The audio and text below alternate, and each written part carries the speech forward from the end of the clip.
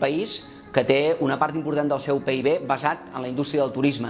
Som líders amb el turisme de sol i platja, amb el turisme de neu, però ens falta segurament acabar de completar la nostra oferta del turisme de convencions, el turisme de negocis. Barcelona té un cert atractiu per aquest turisme de negocis. Jo vull recordar que, per exemple, tenim un esdeveniment mundial de primer ordre, com és el World Mobile Congress, però hi ha altres ubicacions del món que tenen World Mobile Congress cada setmana.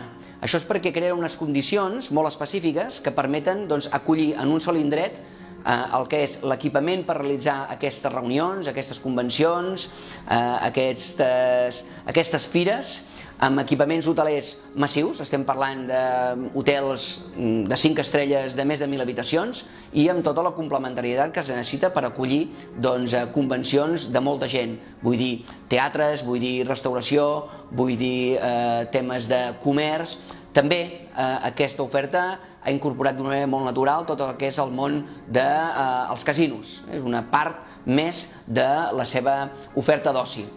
Crear les condicions per permetre acollir aquest tipus d'oferta ha sigut un requeriment, un mandat del govern des que ja estem treballant ja fa uns quants anys. Hem hagut inclús de fer una llei en el Parlament, que la vam aprovar, i crear unes condicions urbanístiques amb un pla director urbanístic que vam aprovar inicialment l'any passat, però que posteriorment, i en el marc del nou govern a Catalunya, que és un govern de Junts pel Sí, en el que hi ha sensibilitats polítiques diferenciades, hem hagut de posar-nos d'acord per redimensionar-lo i impulsar-lo de nou.